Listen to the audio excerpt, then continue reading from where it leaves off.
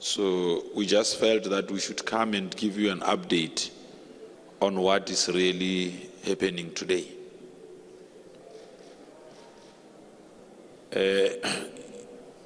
Yesterday, we concluded with the adoption of credentials as well as the nomination of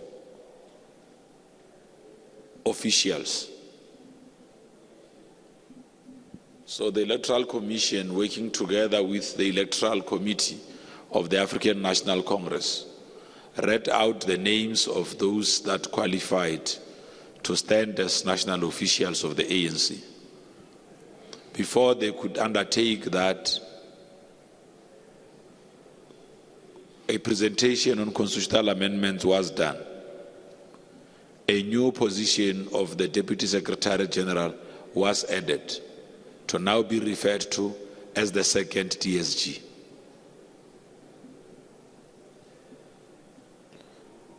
So you all know the names that were nominated and qualified. To refresh your memories, on President, there are two candidates, being the sitting President of the ANC, Comrade Cyril Ramaphosa, and Comrade Zweli Mkhize. On Deputy President, there are three candidates who qualified, being Comrade Pule Mabe, the current Treasurer General of the ANC, Comrade Oscar Maboyane, the current National Chairperson of the ANC, and Comrade Ronald Lamola, the current sitting member of the outgoing National Executive Committee of the ANC. On the position of Secretary General, it's the current sitting member of this outgoing National Executive Committee, actually two, Comrade Pule Mabe and Comrade Fikile Mbalula, as well as the former Provincial Secretary of KwaZulu-Natal, Comrade Mdumiseni Ntuli. On the position of the Deputy Secretary General, the first DSG, it's the current sitting member of the National Executive Committee on outgoing, Comrade Nomvula Mokonyane, and another sitting member of the NEC, Comrade Tina Jomat Peterson. And on the second DSG, it's Comrade Marupeng Ramokgopa, who's the coordinator of the ANC Women's League NTT, as well as Ronaldo Nalumango, who is the IPC coordinator of the Western Cape Province. On Treasurer General is Comrade Bejan Chauke, Comrade Mzwandile Masina, and Comrade Pule Mabe. So the Electoral Committee will come back to plenary to come and outline how voting is going to take place. As of now, what is happening inside plenary is that messages of support are being conveyed. And these are 17 messages of support. Fraternal organizations, formations,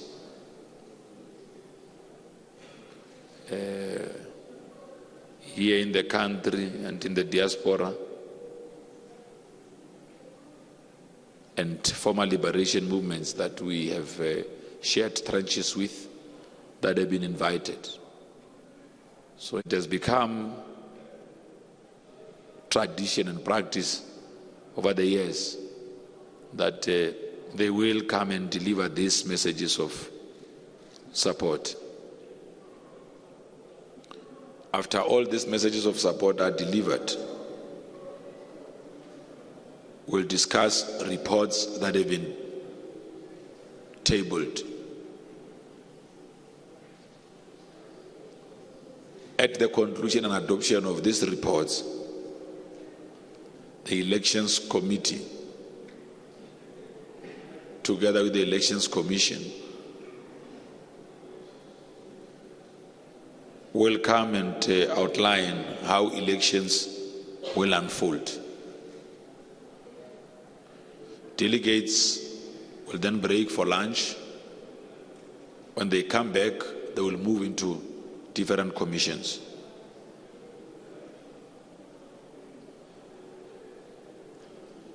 They are expected to vote per province while they are in commissions, continuing with deliberations. So we are hoping that this process will be smooth. It will go as planned.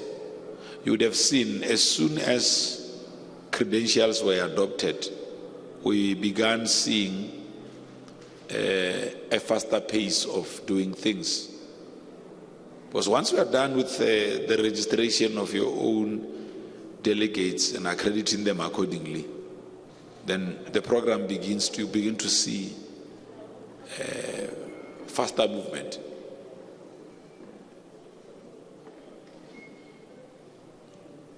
So we still hope to have results of officials announced today. And maybe late in the night, once those results are announced, we'll then be seized with the nominations of additionals, so that tomorrow, when we come back, we are able to start with the voting of those additionals. But of course, we'll be guided by the steering committee of conference.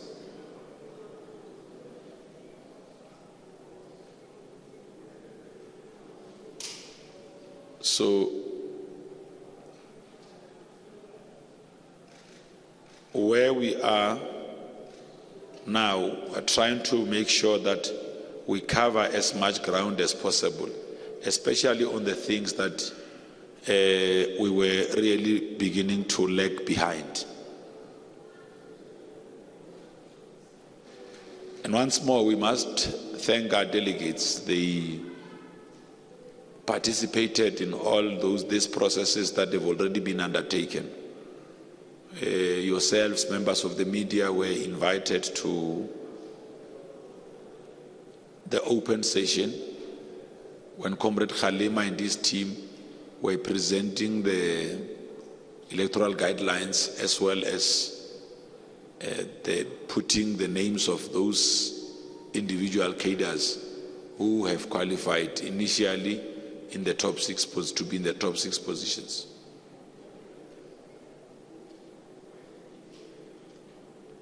So we don't anticipate that we will not finish the program of conference at the date when we had intended to conclude, which is the 20th of December. We'll be coming in to give members of the media updates.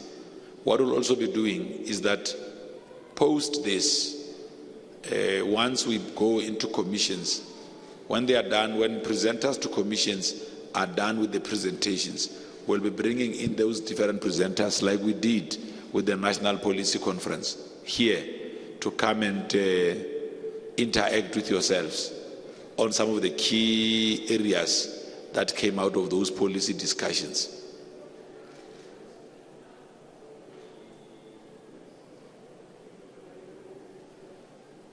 So that would give you the insight of where the program is at and or what the deliberations were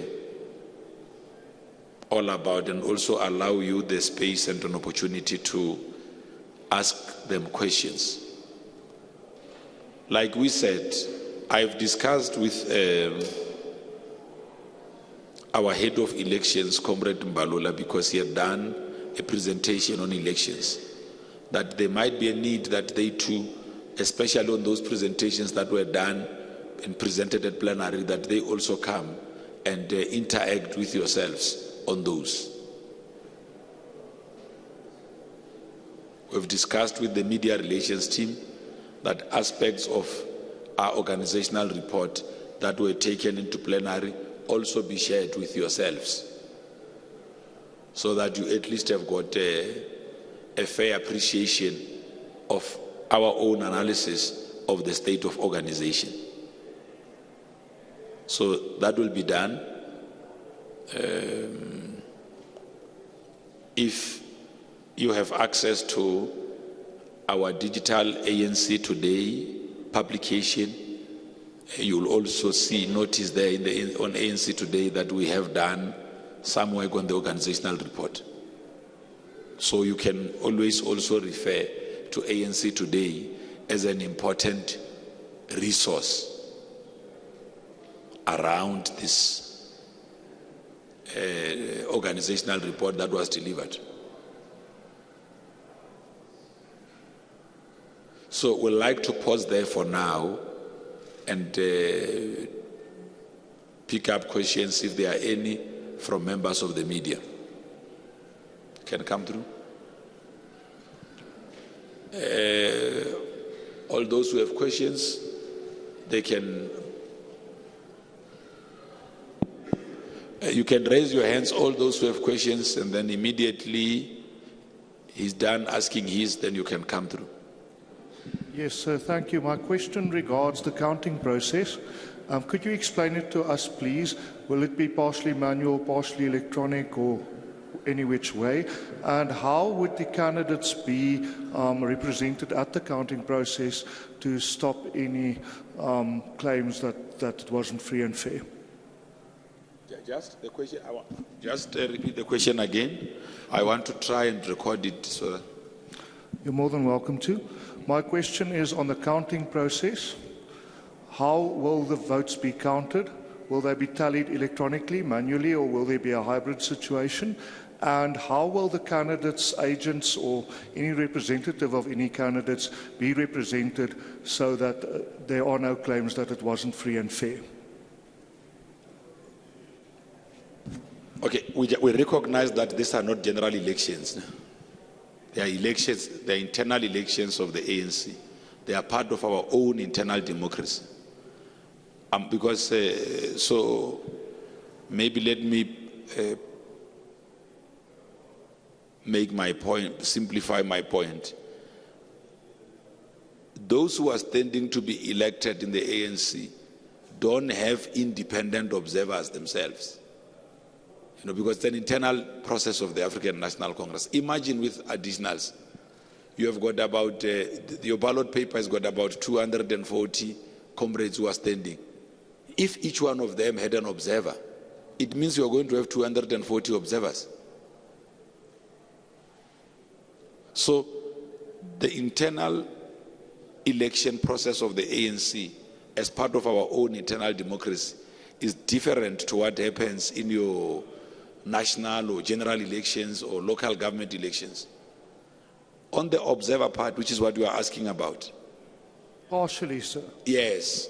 So we will have the leagues, provinces of the ANC, alliance partners will deploy observers. So already those observers have already been deployed. They now form part of the Electoral Commission. So that gets to be done all the time to make sure that there is no suspicion or doubt that there could have been manipulation of processes and all of that.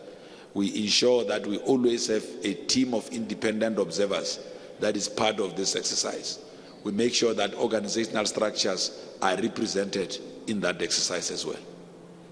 Understood. Sorry. And then on the counting, we always, for now, we are still doing manual counting of ballots. And this conference will again be undertaken in exactly that way as it relates to counting ballots. Does that assist? No, thanks. Thank you, Mkhokheli Bandla, SABC Radio. We know, Prapule Uguti, the ANC Electoral Committee had tried to curb the issue of vote buying and money exchanging hands amongst the delegates.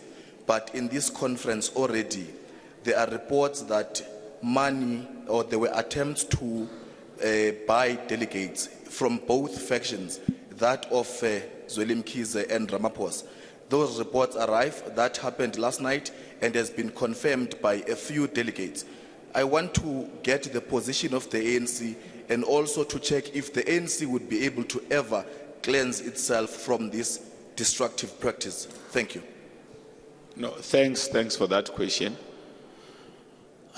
When we met here on Friday and we presented to members of the media the do's and don'ts, part of the don'ts that the African National Congress abhors is vote buying. Unfortunately, if these delegates whom are alleged to have been bought or have received some form of inducement to vote either way, only use the media or journalists to report, and they don't make the organization aware, we are then not empowered to make the necessary investigations. When your colleague, one of your colleagues in the media, brought such a question to my attention, or such an issue to my attention, I then asked them that have these delegates reported, and I could not get a straight answer, because where there's case of vote buying, allegations of vote buying, and people produce material proof of how that purchase or transaction was going to take place, then we are then empowered as an organization to undertake the necessary investigations. Imagine if, say, about 1,500 of this near 4,400, near 4,200 delegates that are present in this conference came with such allegations, and they do not provide proof to back them. What such allegations do is that they cast doubt on brand ANC. They create a credibility crisis for those expected to lead. They undermine trust between the ANC and the leadership of the ANC and its own members. So we have said that we have got to deal with these instances, because later on, when you are elected in a position of leadership, if there has been some form of transacting, or now you ultimately emerged, you then struggle to gain the necessary respect that must be given to a leader of the African National Congress. So to avoid these things ultimately taking the organization down, because I often say that this issue of vote buying makes it difficult for the organization to be able to locate itself on critical matters that affect society. Because once a leadership becomes tainted in that way, it also becomes a little bit of a constraint on how that leadership executes its own responsibilities. And that is created by a simple thing, that your ability to enjoy and earn respect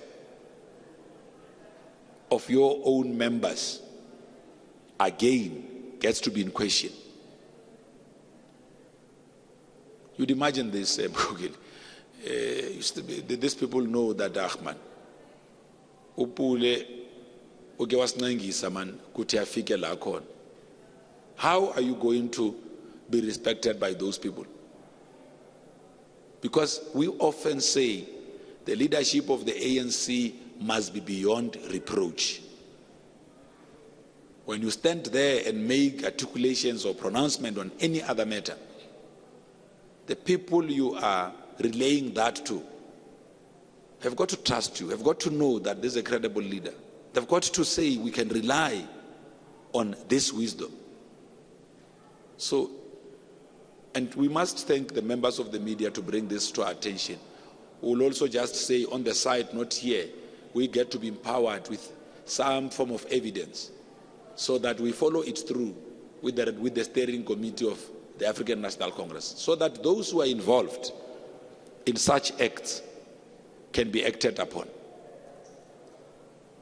We can no longer just leave these things to be allegations that fly out there, and the ANC, to redeem itself, is not seen to be undertaking some form of investigations. We have briefed our security at all security checkpoints. We have briefed our marshals on site, on access points to commission rooms, to voting stations, and all of that. That if they dare pick up something suspicious within the conference precinct on exchange of monies, they must report such to the steering committee of the conference. We have to take action against individuals who do such, because we now have got the electoral guidelines that Comrade Khalema is presiding over, and these electoral guidelines makes it easier for you to campaign openly. That is why, for the first time, you came across lots and lots of digital posters. Number of journalists were asking me when we're discussing how this new campaigning is running and whether it creates constraint or not for the ANC, and our answer has always been consistent, that it's quite helpful, because under the new guidelines, you now have to you can make declarations if you have received some form of financial support to be able to run your campaign.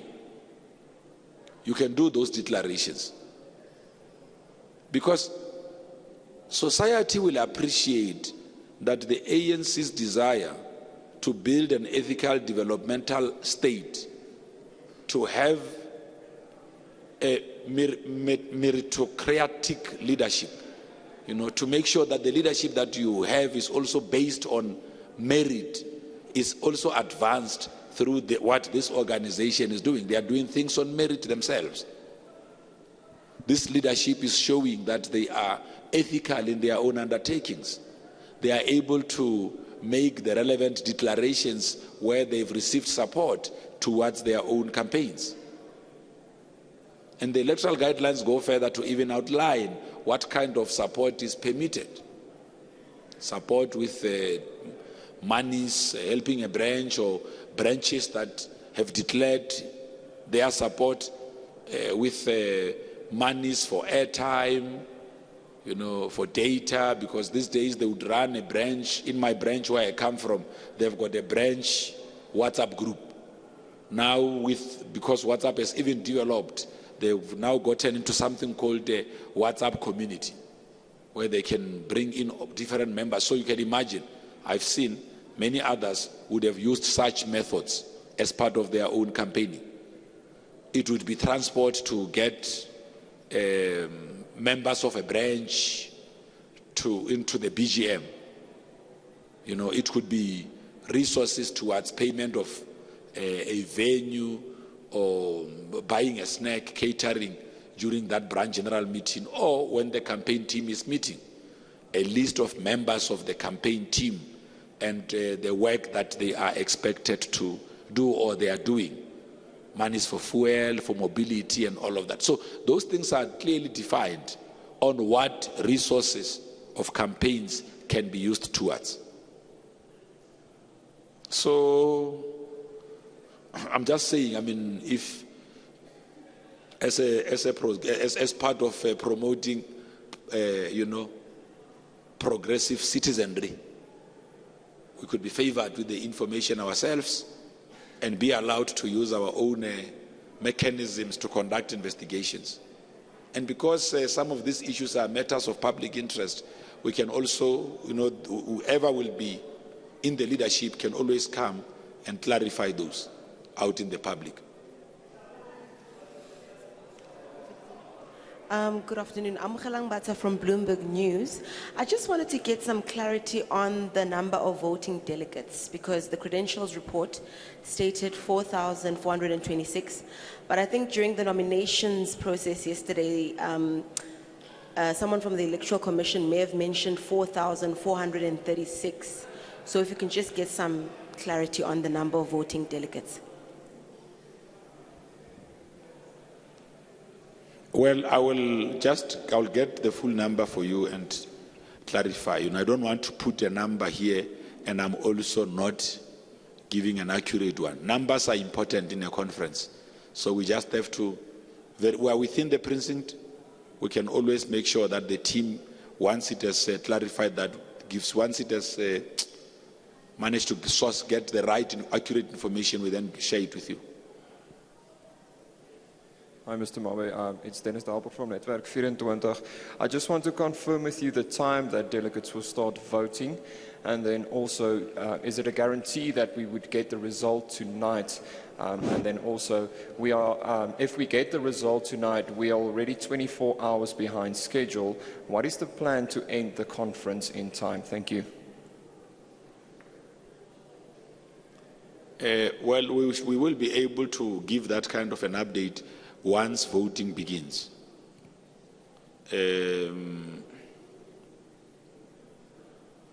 Well, the steering committee will have to then say, seeing that we are already 24 hours behind, what do we do? Do we need to have a full-on discussion of all the different commissions, in all the different commissions, or are we going to be limiting time to make sure that we can meet or fulfill what was on our own program? So we should be able to give that clarity later on as well. Piet Kroukamp from the Vrye Weekblad. Another scourge, except for the vote buying, is that of slates. But slates are conceived in factions, and then that results in slates, and that results in vote buying. So, and I must credit you, you don't seem to appear on any slate, which is really honorable. Don't you think one should address the factions issue first before you can address all these other issues? Because surely that's where it's conceived in the fact that there are factions. As long as there are factions, there will be slates. As long as there are slates, there will be vote buying. Well, what the Kgalema Motlanthe process has done, it has opened up for campaigning, where those that want to stand for leadership can campaign openly. But of course, when you get to this point, you will find that different comrades who have been nominated for various positions themselves forge consensus at this point that, look, to avoid a proliferation of pieces of paper doing rounds at the venue of conference, having the name of Steve Mabona, Amos Pacho, and all of that, because something of interest happened when delegates were busy registering on Thursday, there at Omonde. They already had, maybe you might not grasp it because it's said in a different language, Stepezana. They had people with Stepezana there, so it's a smaller than a piece of paper. A person has written their name there. As delegates were getting into the venue, they were given that paper. Please, when you go to NEC or additionals, remember me. That is why during the nomination process, we were stuck with 10,000 names of people who were nominated to be in the NEC. 10,000. Because of this new open electoral process of the ANC, that seems to be embraced by the fact that we could have 10,000 names. It means the process is being embraced. So we said that we want to deal decisively with slate politics. The introduction of the Electoral Committee, as well as the adoption of the electoral guidelines by the leadership structure of the ANC, is part of those efforts to make sure that we deal with slates. But a list alone that has got a list of comrades who are standing for positions of, who are nominated to stand for positions of leadership, it's not a very hectic thing to do. And it's not a very expensive thing to do, because normally it's just lists that are photocopied. And when you are in a flow of conference, what cadres usually do, they again forge their own consensus. Say, okay, because we're not going to be doing a radical change, maybe on the direction that the African National Congress need to take. But because there seems to be consensus on the approach we are taking on how issues must be resolved, maybe as part of this, let's have our own one common list to be able to do that. Those are done, but you don't really want to locate those within the realm of slates. Because slates are well coordinated, structured to fulfill a desire of this or that grouping, and sometimes can be divisive. This whole nomination process of the ANC have actually begun to expose the fact that if we give our branches the space to express themselves, they can actually contribute in the strengthening of the African National Congress, even without ourselves having to push names down their throats. So there is a commitment on our part to deal with the notion of vote buying, because an organization such as the ANC, our size, doesn't really subscribe to those. Those things are an antithesis of what we stand for.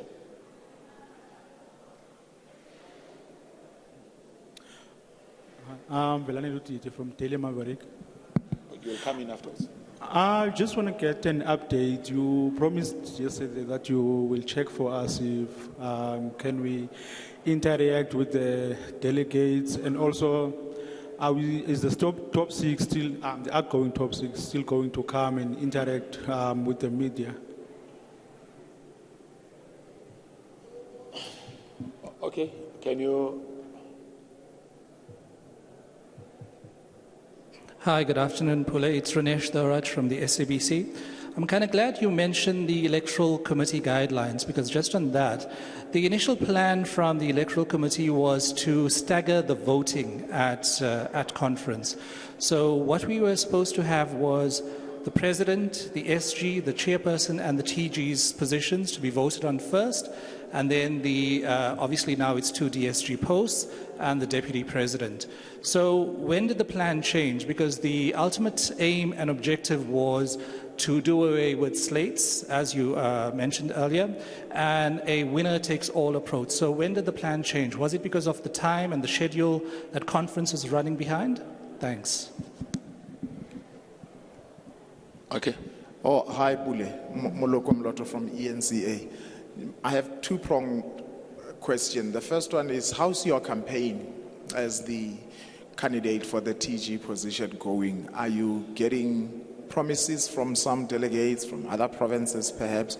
But the second part of my question is, you guys, the three of you, have now been joined by a female, Dr. Gwen Ramokgopa, who was nominated from the floor for that position of TG. In the interest of being seen to be promoting women and trusting them to hold strategic position, because I stand to be corrected, but I don't think as the ANC you have ever had a female being elected to the position of Treasurer General.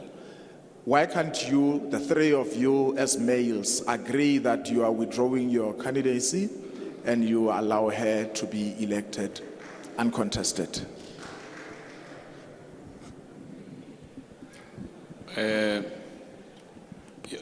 When are we bringing the top six? Is that the question? So I've spoken to them about that, and then once I've gotten an indication, I will be able to advise members of the media. I had not gotten that indication, but I have put forward that proposal.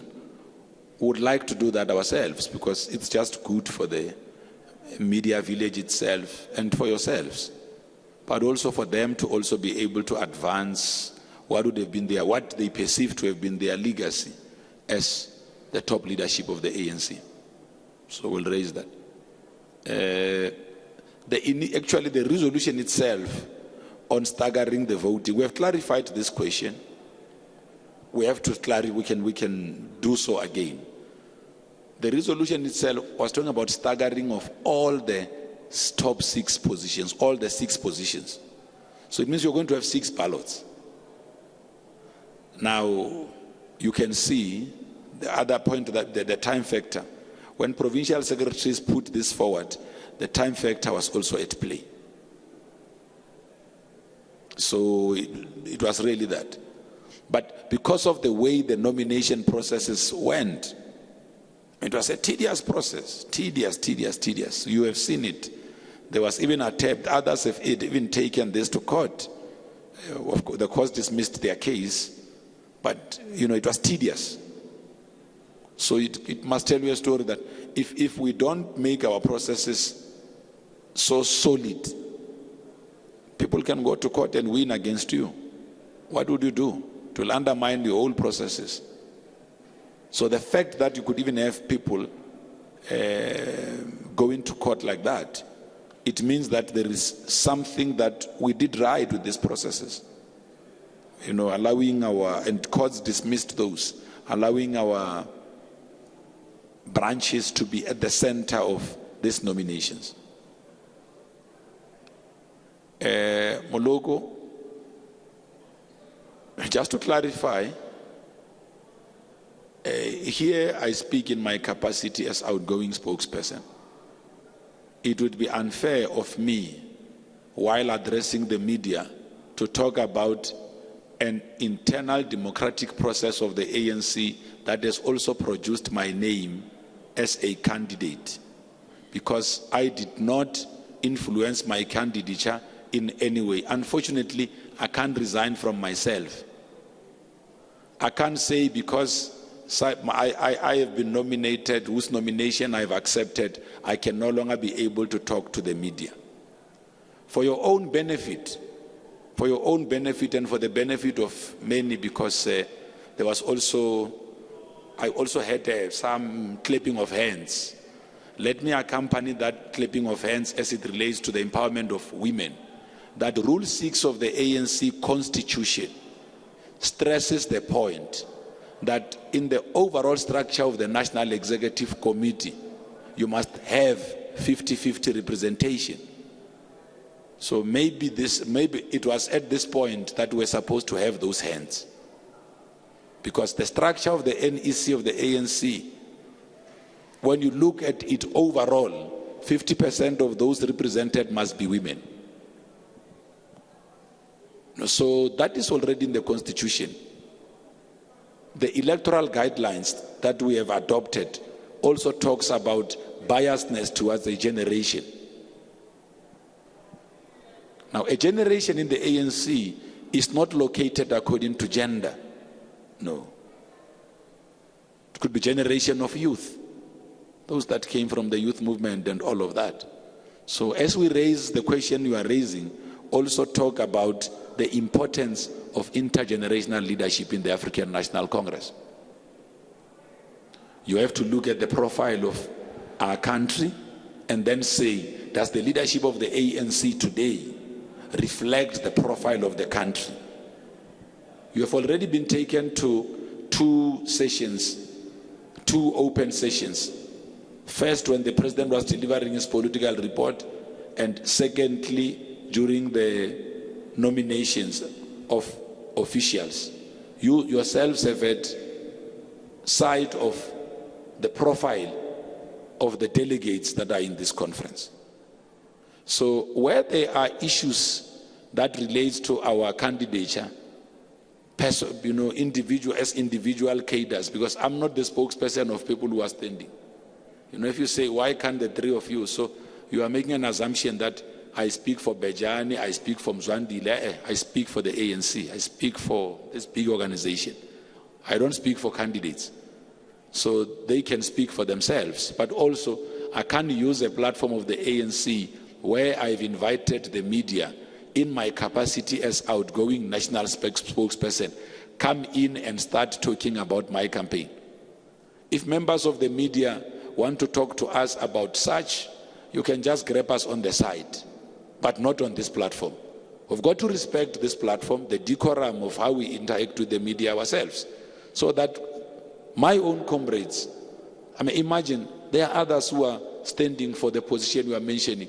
They are not here to speak for themselves. They could go and accuse me of having an unfair advantage because I've got this interaction with the media. So, Ndademologo, if you want to talk to us about these other ones, we can do them outside. We have done so before. We have spoken to many media outlets, and so are other candidates as well. We have just avoided debates ourselves with fellow comrades who have been nominated and have qualified, because we understood this to be about internal democracy in the ANC. The leadership that we elect only leads the African National Congress. It's limited to that. So we're fine. So if you feel strong about the question, we can do it, but not on this platform. Hi, good morning, Mr. Mabe. Oh, it's afternoon, actually. Sorry. Good afternoon. I hope you're doing well. Paige Muller from Sunday Times and Times Live. We chatted yesterday about load shedding and how Nasrec was being powered. I believe Daily Maverick brought up the question. I just wanted to check, because City Power has released a press release saying that the South African Police Service, Nat Joint, did request that the Nasrec precinct be excluded from load shedding. Does the ANC know anything about that request? Were they aware of it? How is Nasrec being powered at the moment? No, but really, you are saying it yourselves. Net Joint, subs. Huh? Aware of the but request. How do we enter? We are not subs. We can't enter there. Subs is not us. Subs. South African Police Service. Yes. Okay. Because you see, unless the question is intended at something else. But the South African Police Service is not part of any structure of the ANC. We hire a venue, and you understand the profile of, and maybe to be fair to you, the profile of people who attend this conference is such that it requires its security to be tightened. The president of the ANC is the president of the Republic of South Africa. So how those that deal with security detail, often we are told that security issues are not discussed like that. Those that deal with security issues, what they would have detected and all of that, it would not be, because you don't want to make a security environment vulnerable. You allow the relevant teams that have to attend to that to apply what is sufficient to deal with the security of an area and any other threat that they might have picked up, or any other possible. For instance, when we drive our cars here, we first have to go to search park. Cars have to be surveyed and checked if they are not carrying any weapons and all of that. And we're not asking them, why are you doing this? Because we regard those as falling within the arena of security, in the same way that we'll treat this issue. I guess these issues have got their own sensitivities. So it's good that City Power communicated, because this question was first raised by the Daily Maverick, if I recall. It's good that they have clarified it. It only goes to show that they are transparent enough to share that something like that has been done, that there is no information that is being concealed, so that it doesn't come across as if there was some underhand or secret operation that was taking place to try and conceal this information. So we must commend City Power and the South African Police Service that they've been able to place this out on record and exonerate the ANC. So at least the Daily Maverick and yourselves are now aware that the ANC never applied for any exemption. Yes. So if you report about it, it could be in the positive as well. So we indeed did not know ourselves. So we commend them for making sure that they are transparent about that kind of an arrangement. It could be a security issue, we don't know. But if it's done by subs, and subs being in the security cluster, it means it's a security issue. You and I, understanding the sensitivities of security, we may want to treat it as a security matter as well.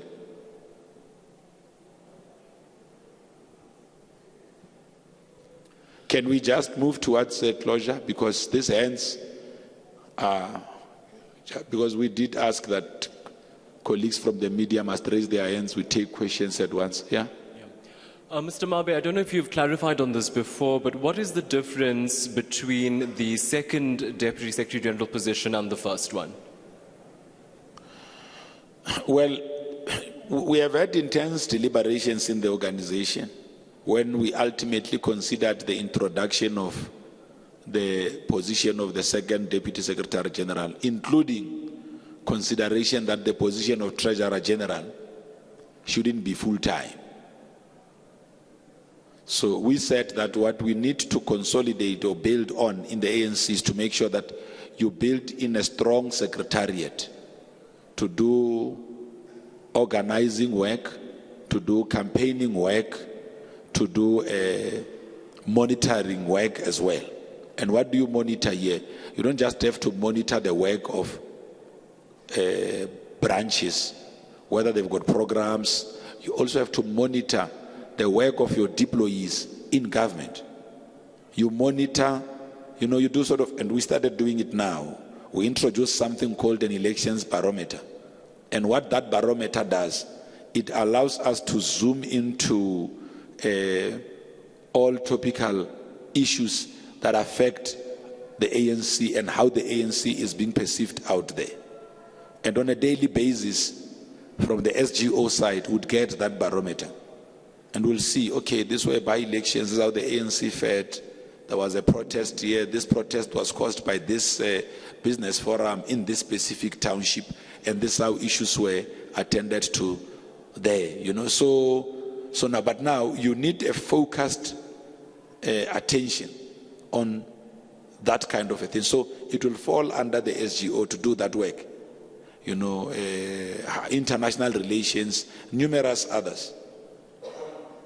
Your membership system, so a number of things. So that alignment would have to then be done to make sure that there is no duplication of roles in the organization, especially there in the SGO. Each one of those positions has got specific tasks that they are meant to fulfill. The SGO primarily deals with the overall administration of the African National Congress.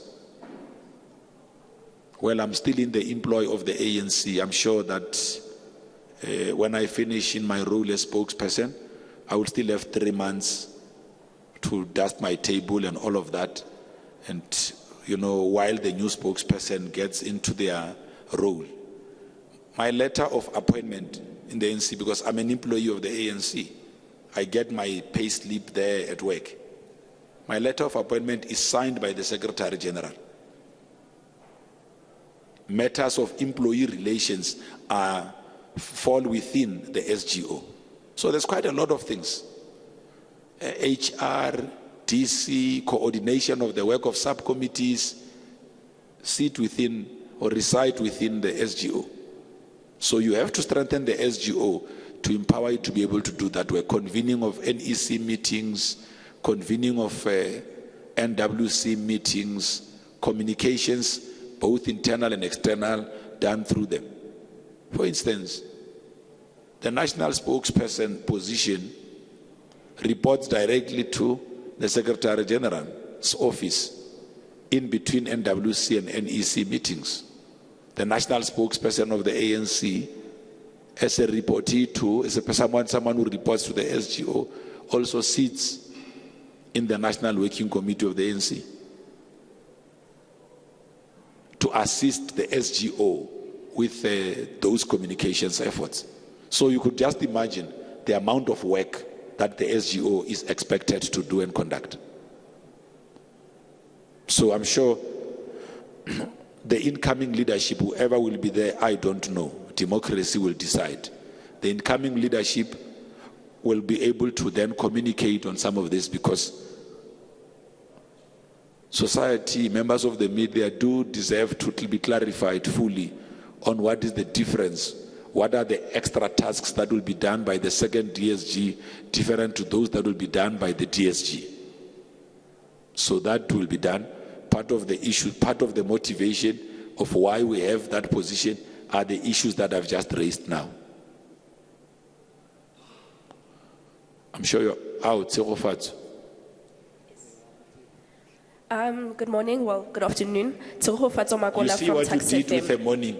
Yes. Now everybody thinks it's a morning. Yeah, definitely. I mean, it's been a long day, but it feels very short. Nonetheless, I'd just like you to clarify in terms of, you spoke about how NAT joint appealed to City Power without communicating with you as the ANC about, being exempt from load shedding. So could you confirm that? And secondly, if that's the case, right? No. Can we just help? Okay. I never said without communicating with us. So No. Okay. No.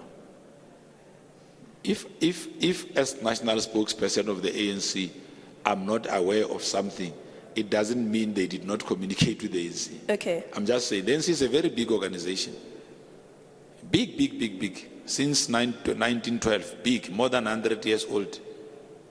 So I'm just saying, I would really ask that those issues that have got to do with external parties outside the ANC, you are welcome to take it up with them.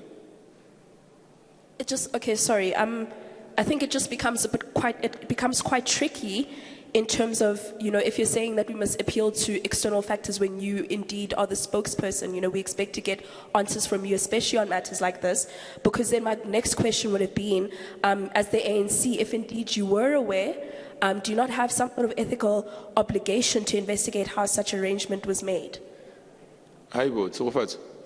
Should we now get into security issues? Really? Are you asking us that question? I don't think that let's help you. Let's help you with, I think we need to assist you here. The net joins. In net joins, there will be someone from the ANC who is part of net joins. Understand? So net joins is actually, it's a national joint task team that would look at all the security factors that affect our own conference. To give you a simple example and to make you understand how these security issues work, that's why when you drive, do you drive coming here? If you drive to come here, or if you are dropped, whichever one, you use the entrance just behind here. That entrance is a dedicated entrance only for the media and DIP. Everyone else who comes on that door, the police know they must have a tag. There must either be a media service provider, there must be from the media, media tags that you are all having now, or there must be from our own DIP. So almost all the entrances you have around Nasrec are designated to specific groupings of people that are here. We know that they know that, okay, this access is used by members of the National Executive Committee. So all those things are discussed within net joins. I can come here and make noise to the police. No, allow me in. I'm NEC and all of that. But if I'm not using a designated entrance, they won't allow me. Because we have to know at any given time how many warm bodies are we having around the media village. So it's a very important security feature, that one. So if I'm not fully informed about something, it doesn't mean that relevant bodies in the ANC or relevant structures in the ANC that represent us in net joins are not aware. I went on to commend City Power and SAPS to have placed this out there, because I'm sure that when they did something like this, it was them having considered a number of factors which fall outside my scope of work. Okay, can I take this opportunity to thank all of you once more for continuing to report to the public out there, be critical of our work, the work of the African National Congress, and where we want to take the country. We don't take the role you are playing lightly. We respect that role, and now and then are able to pick up what we may not have known because of the things that you bring forward. And everything else that you bring forward here, if I don't know, I always go back to the relevant bodies to seek answers, because we don't know everything ourselves. We are just messengers as spokespersons. So we can't come here and claim to know it all. No. They raised something about electricity the other day. We went on to ask, we are being asked here about an issue of exemption. Can we get the relevant bodies to clarify? They raised an issue about vote buying and delegates reporting this. We go to the steering committee and the disciplinary committees of conference to report. There are these issues that are coming up. Can they be followed on so that we can attend to them? So we don't take the things you raise or bring up with us lightly. Can we thank all of you at this point? And again say, our media relations team will give you an update on developments so that you can be able to plan. We'll also update you on whether the outgoing officials will be available for a direct interface with yourselves. Thank you very much.